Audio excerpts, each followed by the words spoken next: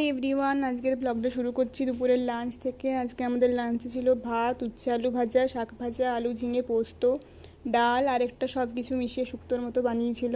আর আজকে আমরা যাবো মামা বাড়ি, তো রেডি হয়ে নিচ্ছিলাম। মামা বাড়িতে হচ্ছে হরিনাম, তাই মেলা বসেছে, তাই দেখতে যাব। এটা অনেক দিন আগেকার একটা ব্লগ। মামা বাড়িতে যে রেগুলার ব্লগ পোস্ট করতে পারিনি, আসলে ওখানে একটু নেটওয়ার্কের সমস্যা হয়, সে কারণে। আর আজকে আমরা বাসের পেছনে সিট পাইনি, একদম সামনে সিট পেয়েছিলাম।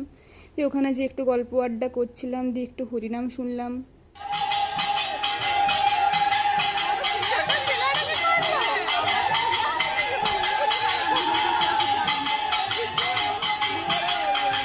তারপরে তো রাতে ডিনার করে চলে গেছিলাম। এখানে ছৌ নাচ উপলক্ষেও একটা মেলা বসেছে, তো সেখানে গিয়ে আমরা ব্রেড চপ, আইসক্রিম, ফুচকা খেয়েছিলাম। শুধু আইসক্রিমটারই ক্লিপ নিয়েছি। আর এই দেখো, এরা হচ্ছে আমার মামার মেয়ে রিমি আর পামি দিদি, আর এটা হচ্ছে আমার বড় মামি। তো তারপরে এসে ঘুমিয়ে পড়েছিলাম।